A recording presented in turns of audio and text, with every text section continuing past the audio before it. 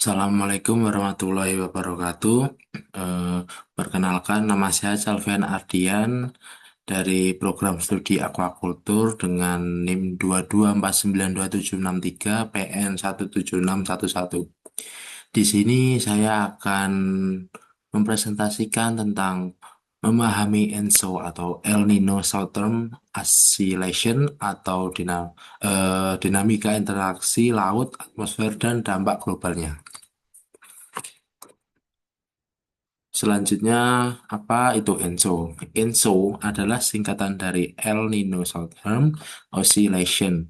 Ini adalah fenomena iklim berulang yang melibatkan fluktuasi suhu permukaan laut di Samudra Pasifik bagian tengah dan timur yang berinteraksi dengan perubahan tekanan atmosfer di atasnya. Penting untuk dipahami bahwa ENSO adalah sistem yang berpasangan di mana El Nino atau La Nina mengacu pada komponen lautan, yaitu perubahan suhu air, sedangkan Southern Oscillation yaitu mengacu pada komponen atmosfer, yaitu perubahan tekanan udara. Selanjutnya ada kondisi normal atau disebut dengan sirkulasi Walker, di mana di sini angin pesat atau trade winds dalam kondisi normal, angin pasat bertiup dari timur ke barat atau dari Amerika Selatan menuju Indonesia atau Australia. Nah, pergerakan air sendiri yaitu angin ini mendorong air hangat di permukaan laut menumpuk di wilayah Pasifik Barat atau biasanya di Indonesia. Upwelling sendiri di pantai barat Amerika Selatan, biasanya di Peru atau Ekuador, yang mana air dingin yang kaya nutrisi naik ke permukaan menggantikan air hangat yang terdorong ke barat.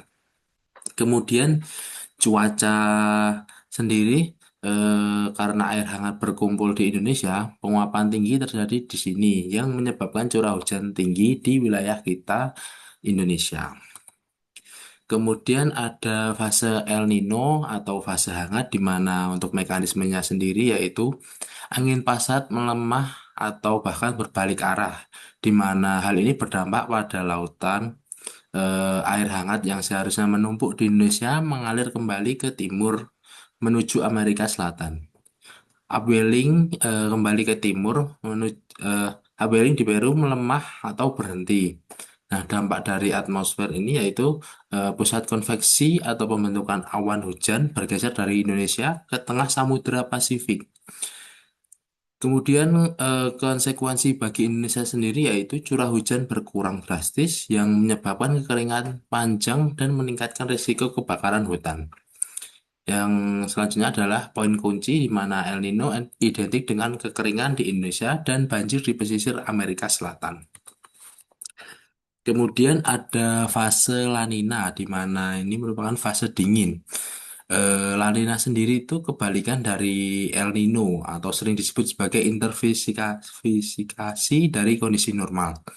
Untuk mekanismenya sendiri yaitu angin pasat bertiup jauh lebih kuat dari biasanya, di mana hal ini berdampak menumbuhkan air hangat di Pasifik Barat, yaitu di Indonesia, di mana semakin banyak dan luas, yang suhu permukaan di laut di Pasifik Timur menjadi sangat dingin.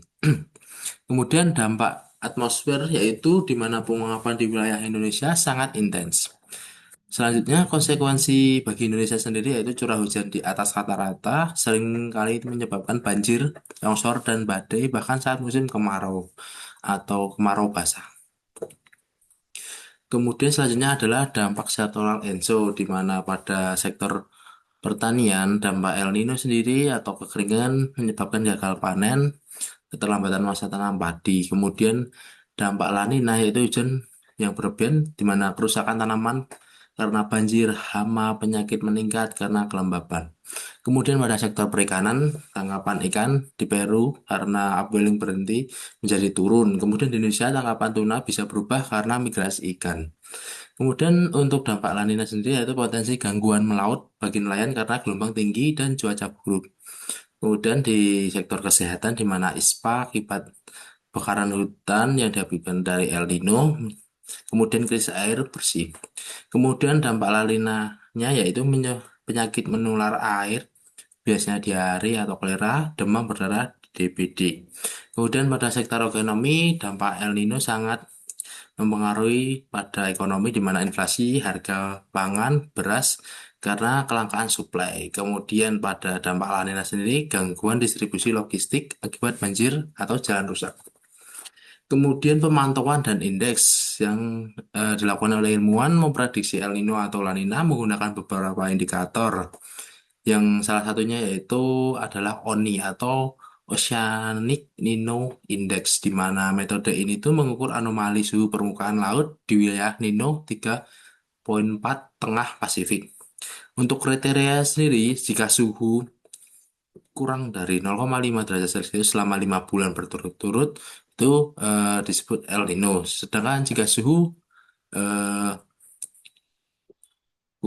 kurang dari selama 5 bulan berturut-turut disebut La Nina. Kemudian kesimpulan dari presentasi yang saya buat adalah di mana ENSO adalah pergerakan iklim utama yang mempengaruhi pola cuaca global. Bagi Indonesia, pemahaman tentang siklus ini sangat vital untuk manajemen bencana, ketahanan pangan, dan perencanaan tata kota. Kita tidak bisa mencegah ENSO, tetapi kita bisa memitigasi dampaknya melalui sistem peringatan dini yang baik. Mungkin cukup sekian dari saya. Apabila ada salah kata atau perbuatan mohon dimaafkan. Sekian. Wassalamualaikum warahmatullahi wabarakatuh.